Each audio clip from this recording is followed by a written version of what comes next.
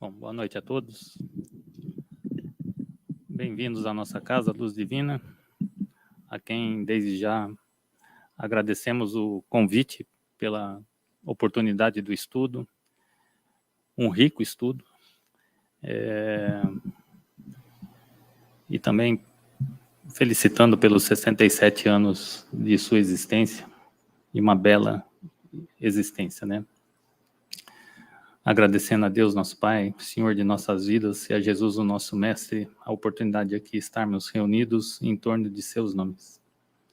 E a eles, e única e exclusivamente a eles, declaramos todas as honras e todas as glórias e benesses recebidas. O tema central dessa noite é provando a existência dos espíritos. E como preâmbulo do texto elaborado, né, iniciamos citando Allan Kardec, em Obras Póstumas, primeira parte, capítulo 1, itens 6 e 7. A alma do homem sobrevive ao corpo e conserva a individualidade após a morte deste. Prova a existência da alma os atos inteligentes do homem, por isso eles hão de ter uma causa inteligente e não uma causa inerte.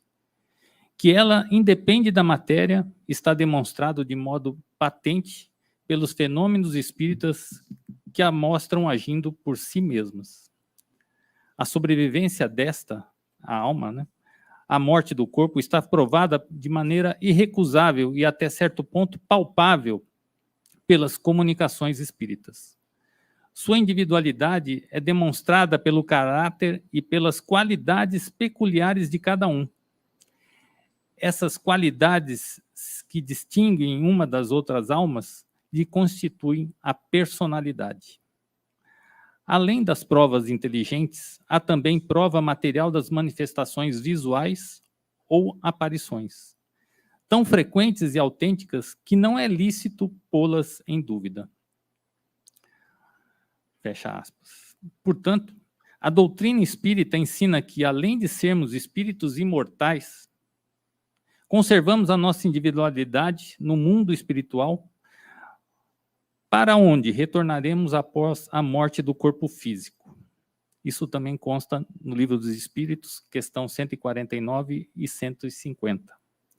E sugiro a leitura do comentário pelo Espírito Miramês na obra Filosofia Espírita. Sobre a ideia da imortalidade, afirma Emmanuel que ela continuamente prosseguirá, dulcificando os corações e exaltando as esperanças, porque significa em si mesmo o luminoso patrimônio da alma encarnada, como recordação perene da sua vida no além, simbolizando o laço indestrutível que une a existência terrena à vida eterna, vislumbrando assim, pela sua memória temporariamente amortecida. Então, Emmanuel, entre outras palavras, ele quis dizer que há uma ideia inata em nós da nossa imortalidade, da nossa sobrevivência além da matéria. E dentro do contexto histórico que a gente vai explanar aqui, isso já vem desde as eras mais primitivas em que os estudos paleontológicos, arqueológicos, etc. e tal, vieram demonstrando, né? Desde a era pré-histórica, havia um sentimento de imortalidade, tanto que eles punham lá, por assim dizer, né, na entrada de suas cavernas, crânios humanos ou crânios de animais, tentando proteger. Proteger contra o quê? Contra outras entidades, contra algum mal que viessem de agredir fisicamente animais, etc. e tal. E por que ter isso dentro de uma pré-história, por assim dizer, né, onde não havia uma globalização de conhecimentos, né, eram apenas tribos isoladas, homens isolados, né, mas isso é inerente de nós. Assim como é inerente uma ideia inata do ser humano, né, do espírito, que somos filhos de Deus, que somos criados por Deus, que existe Deus, por mais que nós o neguemos, em nossos atos, pensamentos, palavras, ou na nossa eventual posicionamento de ser ateu. De ser ateu, graças a Deus, né? No sentido que até isso Deus permite. Pode me negar, depois a gente conversa mais intimamente no momento oportuno que você estiver sensível. Então, a imortalidade da alma e a existência de Deus, isso é um conhecimento que está em nossa consciência. Consciência que é do espírito, não é do corpo físico. A principal dificuldade para a aceitação da imortalidade e sobrevivência está relacionada à incapacidade humana de perceber pelos sentidos físicos, tato, visão, audição, paladar e olfato, né? O plano espiritual e seus habitantes, e a vida que ali ocorre, ou seja, a invisibilidade do plano extrafísico, bem como pela escassez de leituras e estudos a respeito do assunto. Então, além da nossa privação de sentidos, nós também não buscamos o entendimento, né? E Jesus, de uma certa forma, já o disse, né? Conhecereis a verdade vos libertará. Então, busca o conhecimento e ela vai te libertar das suas ignorâncias. Vai te tirar do sentido dos seus temores, porque nós temos medo daquilo que não conhecemos. E quando passamos a estudar, a buscar o entendimento, aquilo você lida melhor e aquilo deixa de acontecer, né? E é por isso a importância, por exemplo, do estudo da mediunidade. Muitas vezes pode ser um tormento, mas na grande maioria das vezes é uma grande ferramenta para te impulsionar a tua vida, naquele momento, nessa encarnação e por todo o sempre. Só que o tormento fica quando você desconhece ou quando você não pratica com Jesus. Mas as benesses chegam quando você a pratica com Jesus, a teu favor, a do próximo, e você controla aquelas manifestações mais intempestivas ou não educadas, né, mais ostensivas que a gente fala, quando você educa a sua mediunidade. E educação é ato contínuo, ad eternum. Somos seres imortais, é para toda a eternidade. Mesmo porque Deus não deixa de criar. Então, nós sempre estamos a um passo atrás da tua benesse, da tua sabedoria, da tua criação, e tendo que auxiliá-lo, é claro, né? Historicamente, contudo, a ideia da imortalidade e sobrevivência do espírito faz parte da cultura e religião de diferentes povos, que já citamos, né? Como esclarece Gabriel Delany, em seu livro A Alma é Imortal, ele cita, abre aspas, verifica-se com efeito que os homens da época pré-histórica sepultavam os mortos colocando-lhes nos túmulos armas e adornos. É, pois, de supor-lhe que essas populações primitivas tinham a intuição de uma existência segunda, sucessiva à existência terrena. Os cantos védicos, fundamento milenar da formação religiosa hindu, falam das moradas dos deuses no mundo espiritual, para onde se dirige a alma purificada. Depois da morte, essa alma, revestida de um novo corpo, luminosa névoa resplandecente, de forma brilhante, cujo brilho furta a fraca visão dos vivos, nós encarnados, né? E é transportada para a morada divina.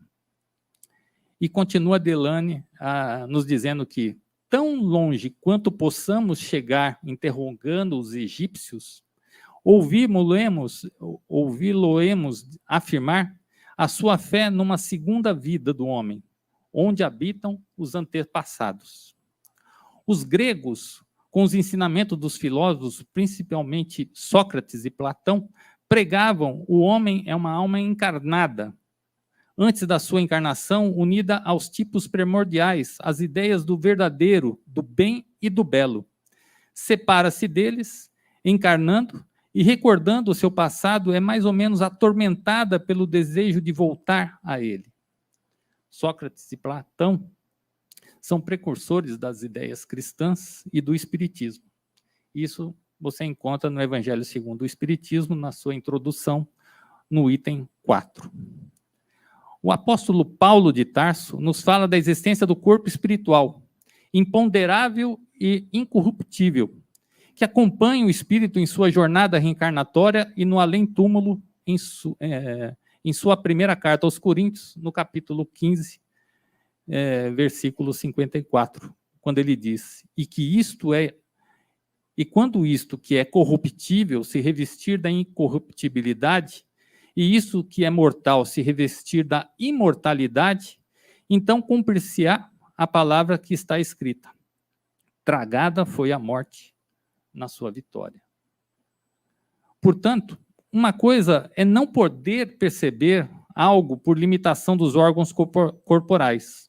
Outra, bem diferente, é manter-se desinformado. Assim, o fato de não conseguirmos perceber o infinitamente pequeno, por exemplo, os micróbios, que não são visíveis a olho nu, não impede que eles existam, sejam identificados como agentes envolvidos em processos de saúde ou de enfermidade. O fato de não visualizarmos o plano espiritual, ou mesmo outros estados da matéria, propriamente dita, por exemplo, o gasoso, sem auxílio de equipamentos, não quer dizer que eles não existam. Logo, é importante não aceitarmos como real ou verdadeiro apenas o que pode ser visto, ouvido, medido, pesado, palpado, provado e etc. e tal. O aperfeiçoamento de equipamentos, métodos e técnicas tem sido possível ampliar as limitações físicas e psíquicas da percepção. Vemos, então, que alguns equipamentos e aparelhagens acionados por computadores ampliam os sentidos da visão, da audição, do olfato, do paladar e tato. Da mesma forma, por meio de metodologias apropriadas, é possível aprimorar habilidades: percepção extrasensorial, atenção, meditação, concentração e etc.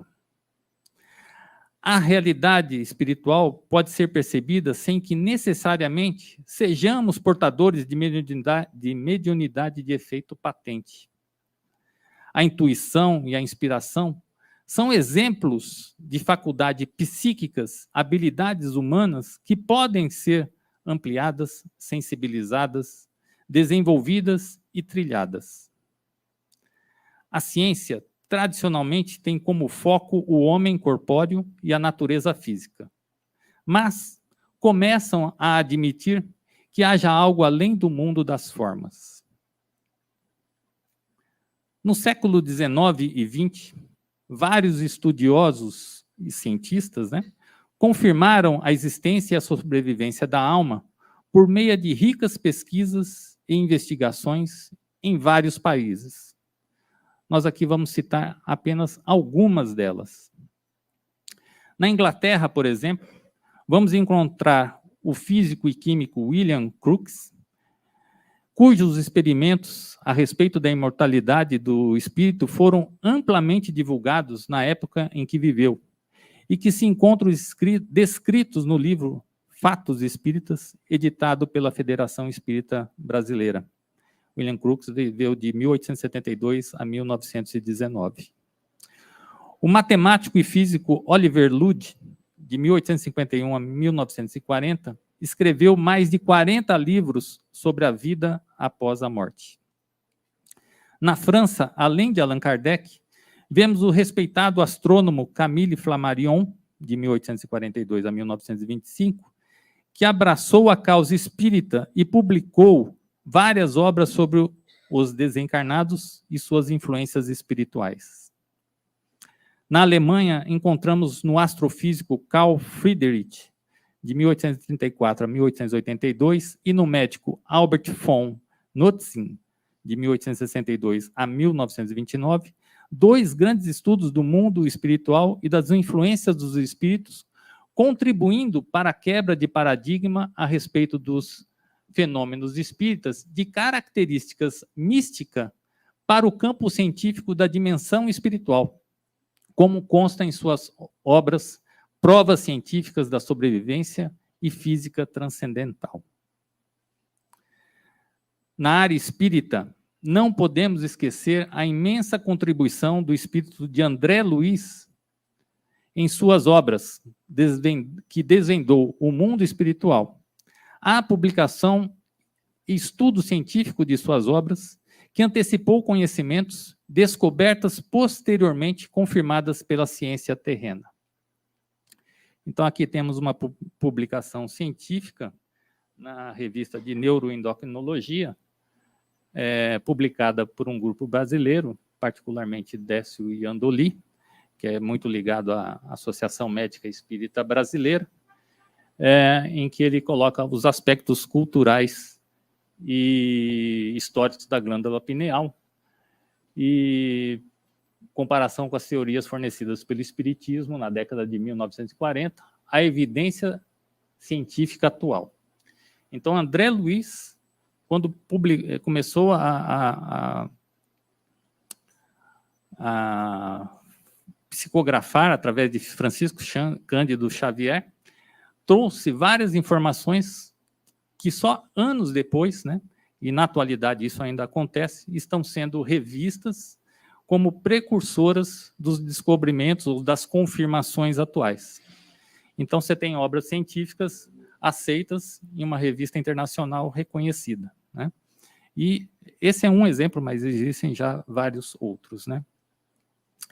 Sob a vestimenta acadêmica, surge a parapsicologia, que teve início efetivo em 1930, com os trabalhos do professor Joseph Banks, que dirigiu o primeiro laboratório de parapsicologia no mundo, na Universidade de Duke, lá na Carolina do Norte, nos Estados Unidos, cuja proposta é estudar fatos supostamente catalogados como sobrenaturais, mas associados às ações humanas, fenômenos psicocinéticos e percepções extrasensoriais.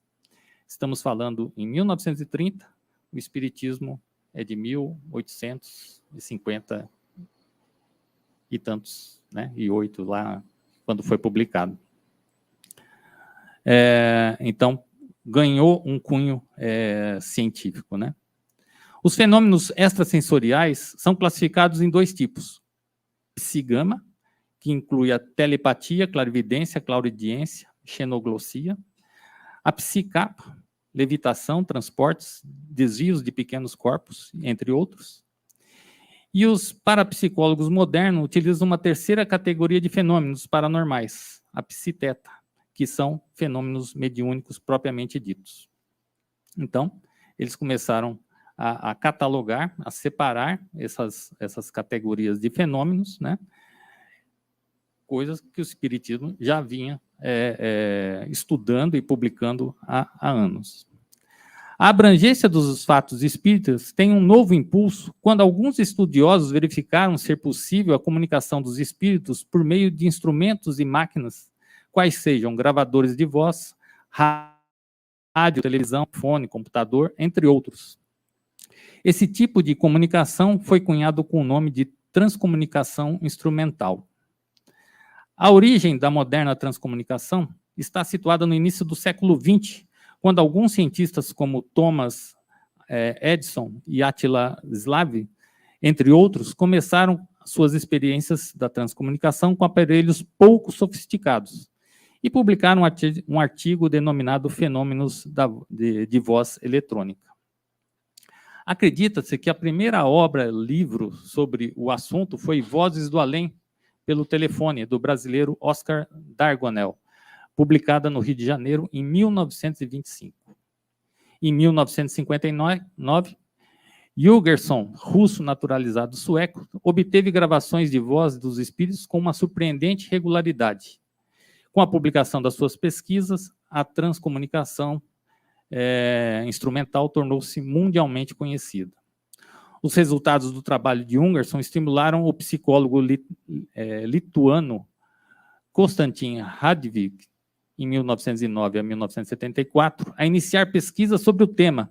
Em 1965, esse pesquisador realizou a proeza de gravar 72 mil frases dos espíritos, que estão publicadas na sua obra O Inaudível Torna-se Audível. Hernani Guimarães de Andrade é um pesquisador espírita, já desencarnado, há poucos anos. Publicou um boletim através da Associação Médica Espírita Brasileira, de um breve histórico sobre a transcomunicação instrumental, e, entre outras considerações, né, ele coloca ao final que o desenvolvimento prossegue de ambos os lados, aqui no plano material e lá no plano espiritual, perante o avanço tecnológico, o conhecimento, criando pontes, né? Mas ainda o telefone toca de lá para cá, né? Nós ainda sempre estaremos à retaguarda do conhecimento que o mundo espiritual já está mais avançado, né? E falando sobre transcomunicação espiritual, tivemos a oportunidade de ter isso registrado junto com o irmão Décio Rigon, não sei se você se lembra, né? Enfim, porque é muito comum, não acontece sempre, mas é comum, de vezes, gravarmos as palestras, né? Assim, sejam de cunho consolador, científico, e seja, às vezes, em grupamentos mediúnicos. E, certa feita, nós fomos à Casa Maria de Nazaré, do irmão José Rezende, lá em Ibiúna, José Manuel Rezende, um grande espírita, foi um grande espírita, já desencarnou também, continua sendo, né? E numa determinada dia de semana, ele fazia um culto de evangelho, né? E, às vezes, tínhamos oportunidade de ir, de participar, numa segunda-feira cedíssimo, antes de iniciar depois a jornada de trabalho, enfim, etc. E, dessa vez, além dessa participação, nós já também fomos com uma missão, por assim dizer, de auxiliar um irmão que estava passando por seus tormentos, enfim, e um processo obsessivo, e precisávamos auxiliá-lo de alguma forma. E isso aconteceu, houve a manifestação de uma entidade agressora,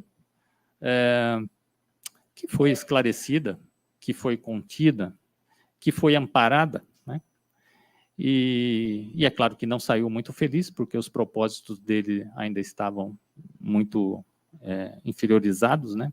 Ele realmente tinha uma vontade de vingança, de agressão. Enfim, e tudo passou e tudo correu bem na santa paz de nosso Senhor Jesus Cristo. E viemos embora, tal, e passou os dias, o Décio foi ouvir, né, essa gravação, e no final, porque ligou uma coisa com a outra, e no final de toda a sessão mediúnica, por assim dizer, uma voz, né? Vou me vingar. Acalentador, né? Mas isso não intimida. Quando a gente lida com essas devidamente educados, né, devidamente preparados, quando a gente lida com esses processos, né, assim, de auxílio, isso só demonstra os últimos estertores de um irmão que está numa situação inferiorizada. Sabe quando a gente está perdendo a briga, a gente perdendo a discussão, a gente apela para a ignorância? É mais ou menos isso. Ele quer demonstrar uma reação, quer demonstrar um rompante, quer ser intimidador, mas os trabalhos são com Jesus. Estamos protegidos e amparados. E nenhum mal vai nos abater, porque nós estamos fora daquela vibração em que eles tentam nos atingir. Estamos com as nossas vibrações compensadas, tema que será abordado pela nossa irmã Terezinha numa oportunidade aí, né? Vibrações compensadas, não percam. Então, estamos fora daquela sintonia. Então, para ele querer nos atingir, ele ou qualquer um que esteja passando por algum processo de fustigação, para querer nos atingir, ele vai ter que acender um patamar de vibração. E quando você acende esse patamar de vibração, os teus propósitos já se modificou, porque você já melhorou. Sejamos felizes. É assim que dá a desvinculação desses processos fustigativos. É você descongestionar os pensamentos e mostrar que há outras oportunidades. É assim que nós devemos agir para conosco mesmo, de melhorar os nossos padrões, né? E mantermos-nos acima dessas inferioridades. Então, isso foi um registro que tivemos a oportunidade de vivenciar, né? Além da transcomunicação instrumental, fala-se também muito sobre a experiência quase-morte, várias publicações, né? É uma outra linha de pesquisa, especialmente desenvolvida pela médica suíça e naturalizada americana Elisabeth Kluber. E essa pesquisa de experiência quase-morte faz referência a um conjunto de sensações e percepções associadas a situações de morte iminente. As pessoas que vivenciam esse fenômeno de quase-morte relatam que flutuam acima do seu corpo físico, observam e têm toda a noção espacial, o domínio espacial e tudo que se passa no ambiente, né? Vivencia as conversações, observa o seu corpo físico e a sua distensão, né? Através do cordão fluídico, né? Vagueia. E se ele tem padrões de sintonias bons, cria um certo êxtase, e às vezes ele nem quer voltar. Porque ele é recepcionado por amparadores, porque ele vê familiares que já partiram, mas que lhe são afetos, né? Vê outros familiares espirituais que o reconhecem em afinidade e retornam a vida ao corpo, à matéria, e modificam seus padrões de comportamento, porque ele vê que a linha de vida, de aproveitamento na matéria é muito tênue. E aí ele dá mais valor à vida e deixa e revolve seus terrenos íntimos, refazendo e se fortalecendo em novas perspectivas. Mas aqueles que vivem em tormento, o que podem esperar num desligamento desse? Tormento. Pode ser que as companhias que o esperam não sejam tão boas, e isto lhes traz angústia. Então é um convite, desde já, para a gente pensar, aonde está o nosso coração? Aonde está a nossa mente? Quem que nos aguarda no pórtico da verdadeira vida?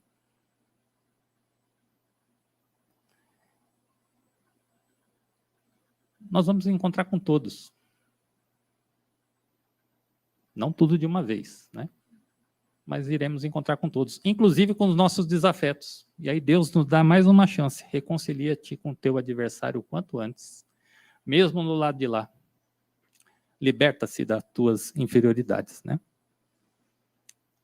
E Carlos Bacelli, um médium lá de Uberaba, que conviveu muito com Chico, né? Depois de uns 3, 4 anos do desencarne de Chico, ele escreveu um livro em que intitulava que seriam mensagens de Chico. E ele perguntou ao Chico, né? Perguntas e respostas, né? Chico, e o que você encontrou aí do outro lado? Aí o Chico, na sua simplicidade e humildade, olha, meu filho, meu amigo, enfim, a única coisa que eu encontrei quando aqui cheguei fui eu comigo mesmo e o que eu fiz de mim. E hoje eu vejo que poderia ter feito muito mais. Se o Chico podia ter feito muito mais, que dirá nós, né?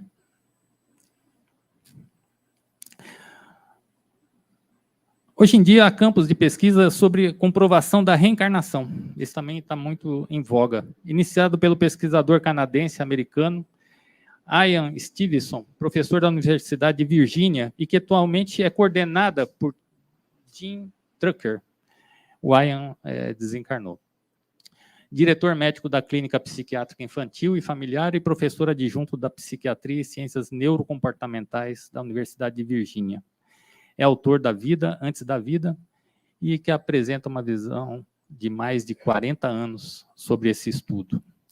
Eles estudam principalmente crianças que dentro da sua primeira infância, né, ainda estão consolidando essa encarnação, que têm os seus insights e têm lembranças das vidas anteriores. Então eles saem pesquisando as informações, tentando concretizá-las para dar cientificação. Algumas vezes, não tão crianças, eles se utilizam de técnica de regressão da memória, né? Mas tudo dentro de um ambiente controlado. E eles tentam cientificar e publicar essas coisas. Aí vamos falar sobre manifestações físicas e começa com o caso das irmãs Fox, né? Antigamente poderia falar que são as casas mal assombradas, porque elas conviveram com o espírito que lá habitava essa casa, que era um mascate que foi assassinado dentro da casa pelos antigos proprietários. Os antigos proprietários mataram o cara, enterraram lá no sótão, né? Vamos vender a casa e picar a mula, né? E elas ficaram com a casa e mais um fantasminha camarada lá. Ele causava tormentos, né? Manifestações do ambiente, física, até que as irmãs Fox, detentoras de um poder, de um quadro mediúnico ostensivo, se encheram de coragem e começaram a interpelar através de uma tipologia, bata uma vez para sim, duas para não, e foram construindo, por assim dizer, um diálogo e souberam da história dele, depois comprovada, desenterrado, enfim, e tudo mais. Normalmente, quando se dá essas manifestações dentro de uma casa, né? E o caso das irmãs Fox marca o início do novo espiritualismo, não do espiritismo em si, né? Mas do novo espiritualismo. E que isso se encontra muito bem registrado, além das mesas girantes e tudo, na obra de Zeus Van Tuyr, As Mesas Girantes e o Espiritismo, que aí marca realmente o início do espiritismo. Mas quando isso se dá dentro de um lar, dentro de uma casa, e antigamente era muito comum, né, os fenômenos poltergeist, existiu até um filme sobre isso, né? Hoje em dia, na nossa dinâmica de vida, não vemos, né, principalmente nos grandes centros, talvez algum interiorzinho assim, aconteça ainda alguns fenômenos desses, que também já não se tem muito mais notícias, mas de repente aparece. Mas sabemos de manifestações tribais em outros países, assim, que ainda há um mediunismo, né, uma mediunidade não educada e muito primitiva, onde esses fenômenos são ainda frequentes, né? Então, quando isso acontece, normalmente há algumas razões. Ou aquele espírito necessita da tua atenção, porque ele pede um auxílio, um socorro, e a prece é o melhor recurso, porque você movimenta os amparadores espirituais a favor desse irmão. Ou quer te chamar a atenção e sensibilizar você ao mundo espiritual. Ou sensibilizar você ao teu equívoco, para que você corrija o teu caminho, porque você já é detentor, só que você está se desviando. Olha quanta bondade envolvida. A favor de alguém? A teu favor. Porque somos interdependentes. Aqui todos somos amparadores um do outro, dos outros. Somos uma imensa família. Se nos conhecemos e estivermos passando por algum perrengue, né, algum de nós poderá dar o sustento da palavra, do auxílio, do apoio, poderá não resolver as nossas pendências, mas nos sustenta, nos ampara. Se puder resolver de alguma forma, alguma alma bondosa vai também se propor a isso.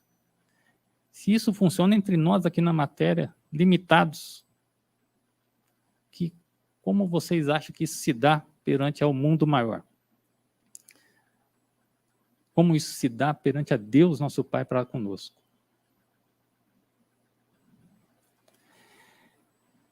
Então, Leon Denis, no livro No Invisível, escreve que a história do moderno espiritualismo começou por um caso de uma casa de natureza mal assombrada.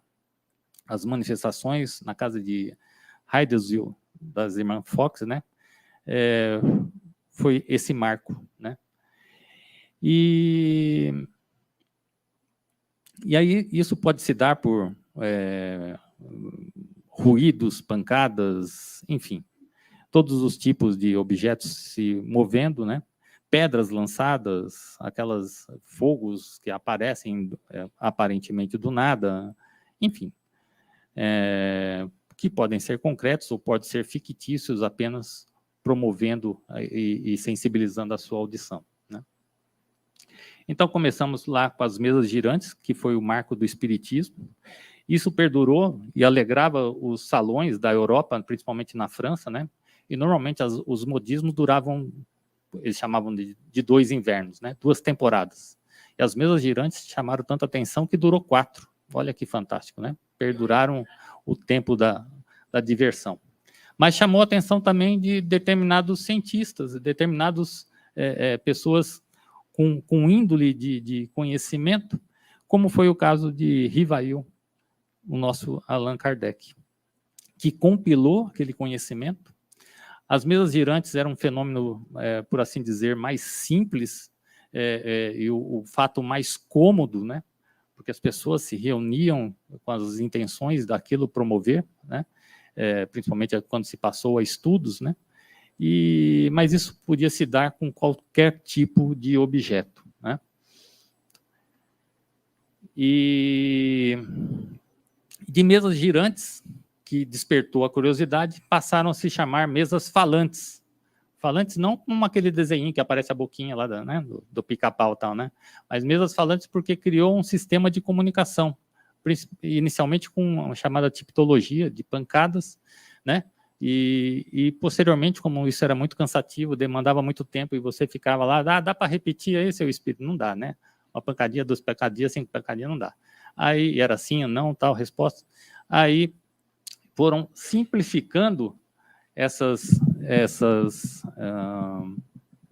formas de comunicação.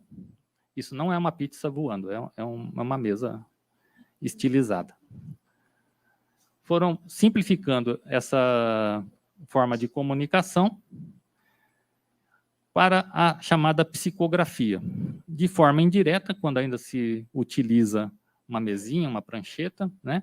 E depois, com o avançar do entendimento, né, viu-se que não havia necessidade, bastava um pouco da educação do médium, a sua boa vontade,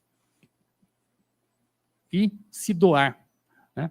E aí basta a ponta da caneta, né? E isso está grafado em papel. E isso favoreceu muito o avançar do conhecimento já para Allan Kardec.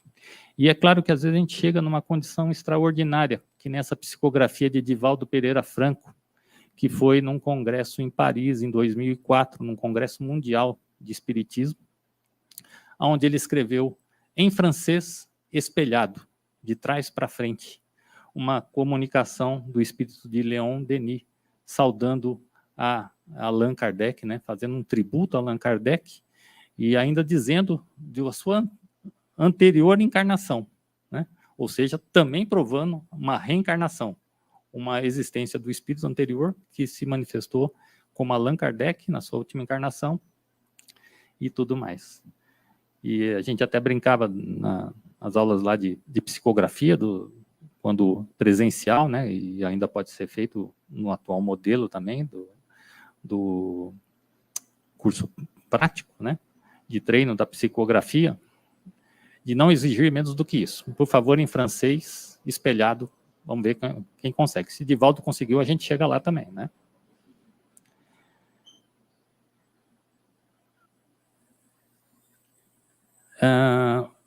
E dentro desse fenômeno, que nem citamos do Divaldo, tem a xenoglossia, que é o caso do médium que escreve em línguas que ignora, fala, escreve e tudo mais, né? Isso foi um exemplo que aconteceu com o Divaldo e aconteceu com Chico Xavier. Lembrando que Chico Xavier só teve o primeiro curso primário, né? E publicou 419 livros e tantas milhares de cartas, inclusive cartas em outras línguas. Então, são coisas assim que firmam categoricamente a prova, né, a existência de espíritos. Temos as aparições e materializações.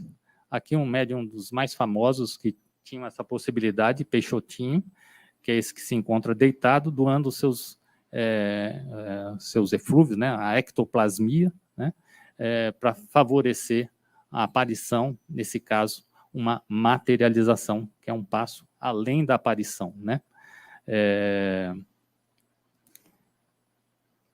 Aqui uma outra foto da irmã Josefa, que se apresentava com o seu crucifixo. Um parênteses, a nossa casa Luz Divina, na década de 60, participava de sessões de materialização com um grupo em Campinas, da senhora Odília. E lá as entidades que se apresentavam era uma criança, um índiozinho, chamado Japi, né? A própria dona Josefa, da qual a Malu é testemunha ocular, que inclusive, uma vez, a sua mãe, dona Nildes, estava muito enferma na sua residência aqui em São Paulo, e a nossa irmã Malu, que tinha uma vidência espontânea e ainda não educada, né?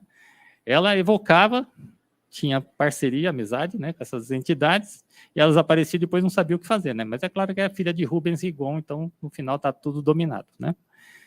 E uma vez, dona Nildes, dentro de um processo de uma enfermidade, eis que dona Josefa faz uma aparição na sua própria residência, né? O que demonstra também um mérito, né, do nosso irmão Rubens Rigon, da pestinha que era Malu Rigon, no sentido que a criança atormentada que ficava chamando, e da própria dona Nildes, né? Porque para ter esse tipo de assistência de uma forma espontânea, não vamos nos esquecer, somos todos amparadores fraternos, né? E depois de um certo tempo, essa indas e vindas, ora em Campinas, ora o grupamento de Campinas vinha para cá, acabou deixando de acontecer, mas o seu Rubens Rigon ainda manteve dentro da própria Luz Divina, uma vez ao mês, com um grupo seleto de médiuns, porque necessita uma extrema preparo para isso, né? Então, participavam Rubens Rigon, o nosso irmão Germano, Humberto Rigon, o Dr. Plínio, enfim, para tentar desenvolver algumas faculdades nesse sentido, né? Despertar e aflorar algumas outras faculdades, mas tudo com muita responsabilidade.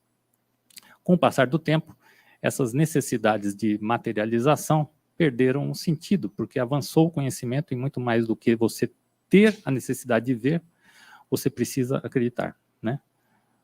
Benditos sejam aqueles que não me viram, mas porém acreditam em mim e na minha obra. Foi mais ou menos isso que Jesus disse, né? E é claro que dentro dessas provações temos os trabalhos com parafina, que também são citados. Então, dentro de uma parafina fervente, os espíritos, para provarem as suas existências, mergulhavam os seus braços, pés espirituais, depois iam para uma tina de água, resfriava, tirava aquele moldes. E outros faziam isso com flores espirituais e outros mais. Essas fotos estão disponíveis na internet, basta pesquisar, tem alguns históricos sobre isso. Temos também as visões no leito de morte, é muito comum, e isso está também dentro do livro dos médiuns, né? Quando você está numa tênue condição de vida, de vitalidade, os laços se afrouxam, né? Você consegue ter uma percepção da espiritualidade de uma maneira maior, né? Rompe-se algumas telas mentais, por assim dizer, e você consegue ver com mais facilidade o mundo espiritual. Por isso é muito comum, principalmente quando caminha a finitude, de você ter relato dessas pessoas, né? Os nossos idosinhos, né? Numa condição natural de linha de tempo, né? De falarem que começam a ver os seus antepassados, seus irmãos, seus pais e outros tantos assim, né? Tivemos também a oportunidade de ter uma experiência dessa com uma tia minha lá de Poços de Caldas. Poços de Caldas é rico nessas histórias, vou contar uns caos aqui que é cabuloso. E que minha tia estava hospitalizada, tudo, realmente uma condição de vida tênue, e veio a falecer na sequência, né? E foi os outros parentes mineiros de outras cidades, tal, vê-la, né? Irmãs que ela não via já há alguns anos, tal. E num momento de calmaria, né? A filha dela e minha mãe estava junto, tudo. Falou, oh, Lavínia, você viu quem veio te ver aqui, tal, não sei o que, tinha sido uma outra irmã dela, de longe, tal, né? Ela falou, eu vi. Foi o professor Eurípides. Ninguém entendeu nada. Não conhecíamos Eurípides. Depois eu fui tomar ciência, né? Eu estava pensando, né, Bezerra de Menezes, mas eu acho que eles criam um departamento, não, daqui para cá é meu, dali para cá é você, tal, não sei o que, tô brincando. Aí depois que a gente foi entender Eurípides, falei, meu Deus, né? E nem conta para nós que tem essa intimidade toda. Eurípides me aguarda, mas por médium decaído, ele vai me trancar lá, mas, né? Não, foi por mérito. Era uma pessoa altamente espiritualizada, não professava ostensivamente nada, mas era altamente espiritualizada, era uma alegria de viver. Então, por mérito, de repente, mais do que de repente, Eurípides estava por lá, né? Bem interessante. E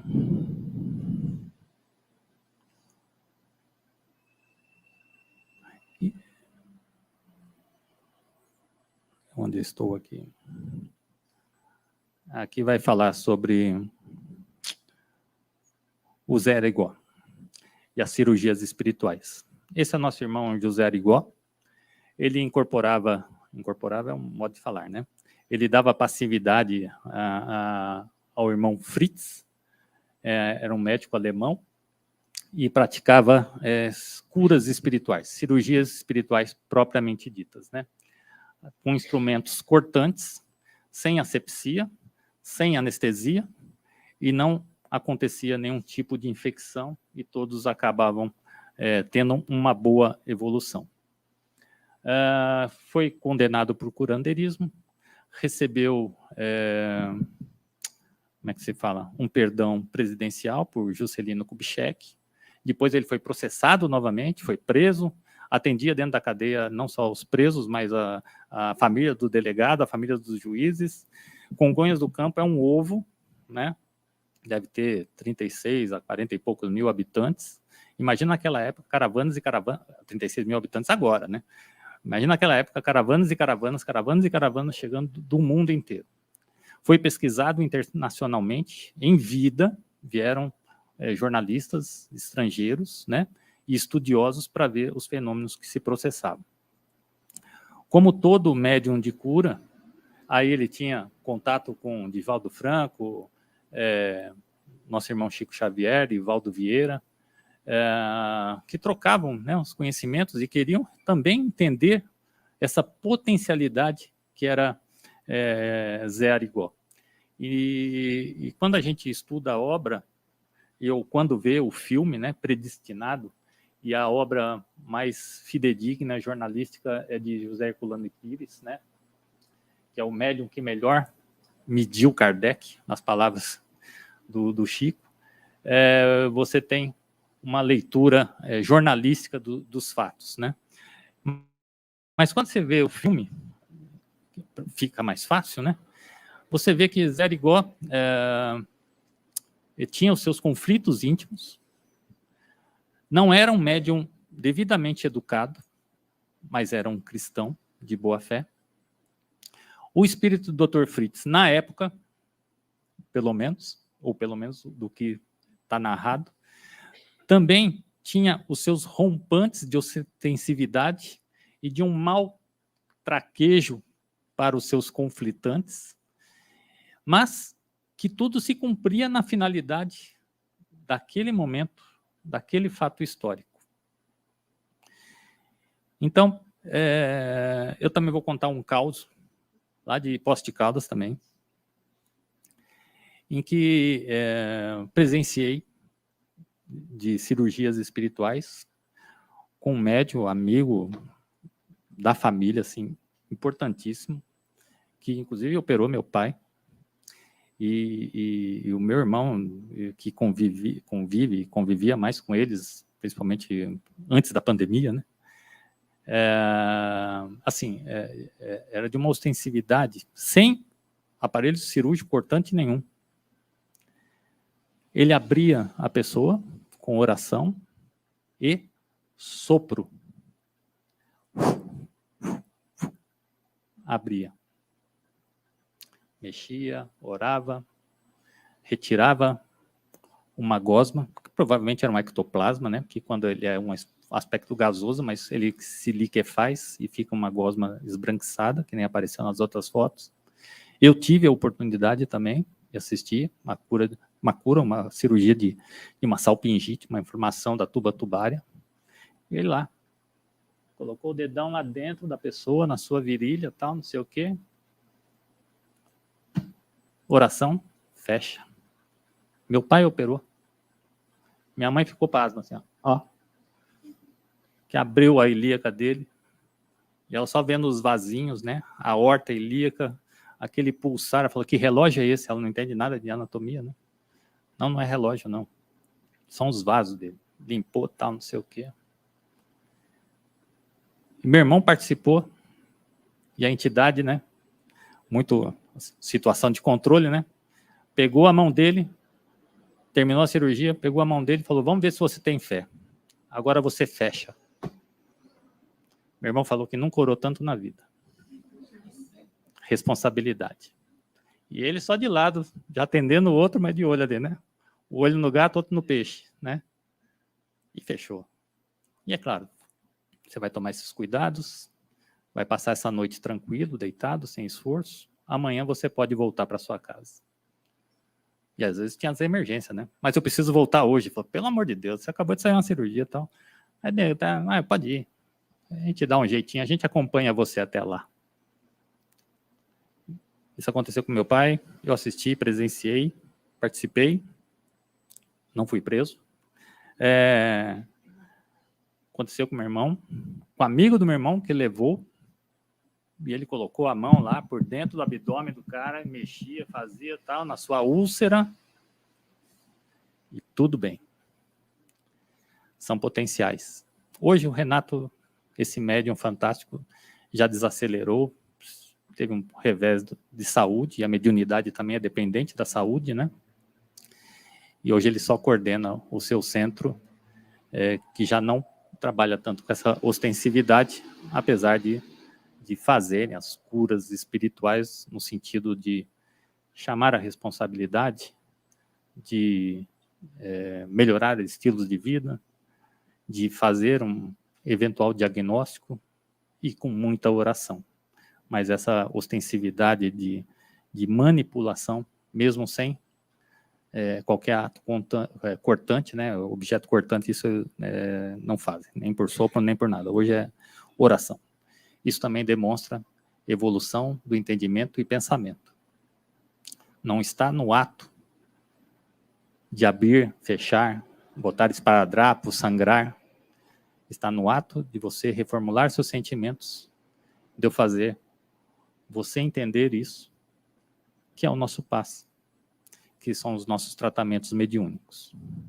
E aí, é claro, nós temos as nossas benzedeiras. Essa é da internet, está nos instas. Fui pesquisar, tem benzedeira para tudo que é lado, até na internet, 24 horas. Né? Uma maravilha. Mas eu não vou falar dela, porque ela é uma figura bem típica, muito interessante, né?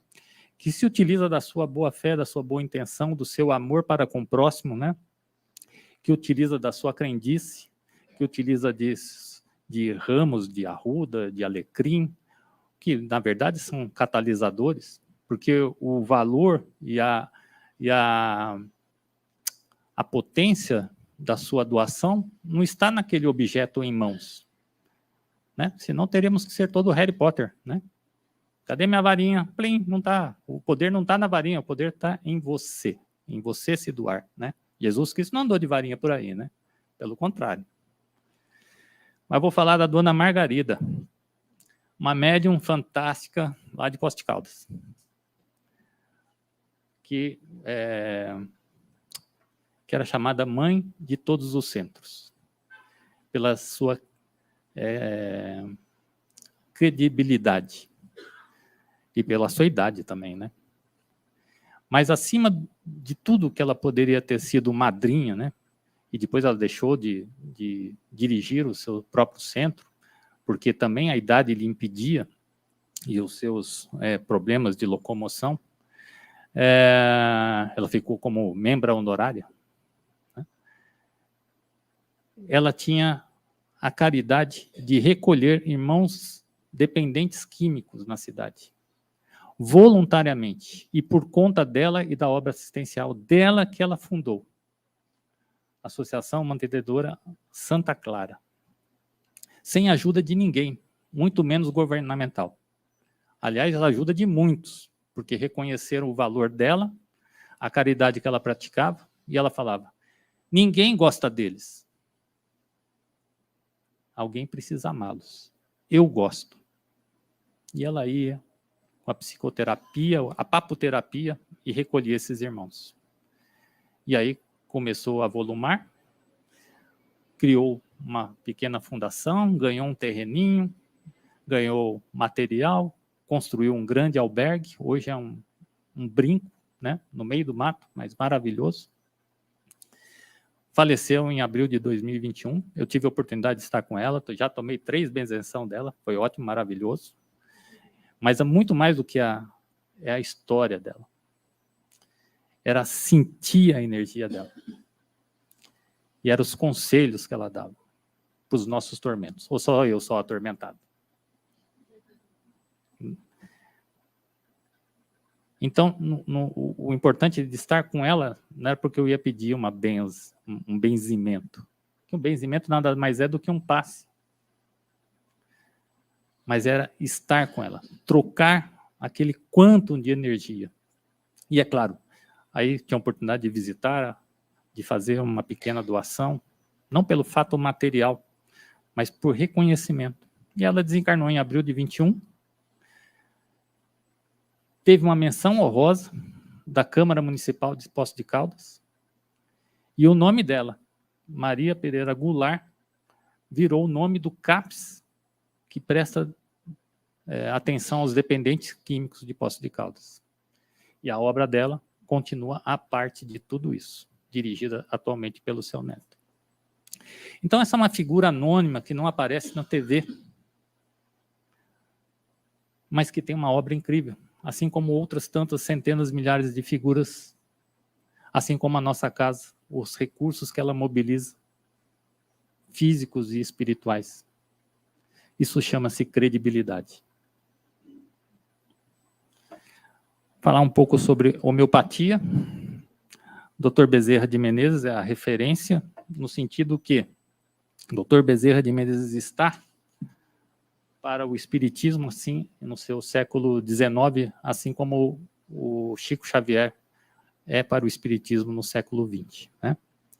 O médico dos pobres dirigiu a nossa federação, unificou, né, e pacificou, se utilizou da homeopatia e ainda também, como espírito, dava receituários para vários médiuns, inclusive Chico Xavier, que passava para os seus necessitados, e uma vez, inclusive, uma senhora tão carente, né, falou, pô, Chico, eu não tenho dinheiro para mandar fazer, e o Chico também não tinha. Aí ele falou, doutor Bezerra, como é que faz? Eu não tenho dinheiro, ela não tem dinheiro. Não tem problema, Chico. Fala para ela pegar a receita, picar um pedacinho bem miudinho, amacetar, engolir e mastigar 1 por dia. Vai ser a mesma coisa. Será que precisava isso realmente? Não. Dr. Bezerra simplesmente, se quisesse, já teria curado. Mas necessitava exercitar a fé daquela pessoa. Assim como nós precisamos exercitar a nossa fé no nosso dia a dia. Tornar os nossos glóbulos homeopáticos aí, e não esquecer que somos filhos de Deus. Sobre a homeopatia, que está muito imbricada com o espiritismo, ela não é uma terapia espírita. Ocorre certa identidade de conceitos. Hahnemann, pai da homeopatia, proclamava que as enfermidades decorrem de problemas com a energia vital dos pacientes. O espiritismo confirma a existência das correntes magnéticas a circularem no nosso organismo, cujos desajustes afetam o perispírito, com reflexos no corpo físico, originando várias enfermidades. Numa manifestação publicada na Revista Espírita em outubro de 63, Santo Agostinho refere-se à homeopatia como matéria espiritualizada.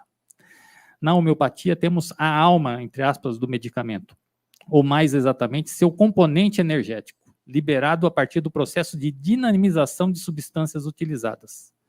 Em tal condição, ela atua diretamente sobre o perispírito, com reflexos salutares sobre o corpo físico. Na homeopatia, temos o magnetismo liberado da substância dinamizada com propriedades específicas. No passe, temos o magnetismo fornecido pelo médium e pelos espíritos que os assistem, direcionado aos males do paciente. Tanto a homeopatia quanto o passe magnético, por assim dizer, estão nos domínios da medicina espiritual. É uma associação produtiva, geralmente recomendada por médicos desencarnados em receituário mediúnico nos centros espíritas, quando assim os têm e procedem, né? Tanto a homeopatia quanto o passe magnético ainda representam um tratamento de superfície, porque que atinge e ameniza os efeitos, mas não atinge e ameniza as causas. As causas são do espírito, são as dores da alma. São as necessidades de corrigenda, de purificação, de revisão dos conceitos, de quebra de paradigmas, de evangelização. Então não adianta nada tomar uma homeopatia, tomar um remédio alopático para uma doença qualquer, se eu não fizer a minha parte. Vir ao centro e tomar o passe, fazer um tratamento e continuar com os mesmos comportamentos. É necessário revisitar o nosso foro íntimo. Tanto a homeopatia quanto o passe magnético representam, porém... Cadê? Me perdi. Então, isso não isenta as nossas responsabilidades da depuração dos nossos sentimentos. E Hahnemann, no Evangelho segundo o Espírito, segundo o Espiritismo, no seu capítulo 9, coloca lá sobre a cólera, né? O corpo não dá impulsos de cólera a quem não os tem, como não dá outros vícios. Todas as virtudes e todos os vícios são inerentes do espírito. Sem isso, onde estariam o mérito e a responsabilidade? O homem só permanece vicioso porque o quer, mais do que ele deseja corrigir-se, mas sempre pode fazê-lo. De outra maneira, a lei do progresso não existiria para o homem. Então, quando a gente cede às tentações, aos desejos mundanos, né, desejos do mundo, né, não é porque a nossa carne é fraca, é porque o nosso espírito é fraco. E a gente precisa fortalecer e dar consistência à nossa melhora espiritual. E, por fim, as cartas consoladoras de Chico Xavier, né, que escreveu mais de 419 livros, ditados por diversos autores espirituais, contemplando todos os gêneros literários. Essas obras de Chico foram analisadas por inteligência artificial, que chegou à conclusão que os caracteres literários eram distintos, com o mesmo padrão de estilo, inerentes e compatíveis com seus respectivos autores. Chico psicografou centenas, milhares de cartas consoladoras dirigidas a familiares saudosos, né? Muitas delas revelando fatos e nomes totalmente desconhecidos para ele. E foi estudado também, à luz científica, essas psicografias. E o caso mais exuberante foi de uma italiana que se comunicou na sua língua original, que Chico psicografou, entregou para a família, depois um estudioso foi atrás dessas cartas, achou interessante, e todos os caracteres da carta, toda a história da carta, sem Chico conhecer, inclusive o estilo, a caligrafia, condiziam com essa senhora italiana. Então a gente trouxe um pouquinho sobre essa prova da existência dos espíritos, né? Algumas coisas que vivenciamos, né? Outras coisas que estão nas obras e podem e devem ser estudadas, né? E 5 são os sentidos físicos, né? Visão, audição, olfato, paladar e tato. O 6º sentido, a percepção extrasensorial, segundo a parapsicologia, que o Espiritismo já estudava, desenvolvia e denomina, né, de mediunidade, e que Cristo Jesus simplesmente e puramente chamou de amor, que sensibiliza e expande todos os sentidos físicos e espirituais da nossa vida, que verdadeiramente dá sentido para as nossas vidas, além de conduzir nosso espírito imortal de forma segura e luminosa rumo à eternidade. Muito obrigado.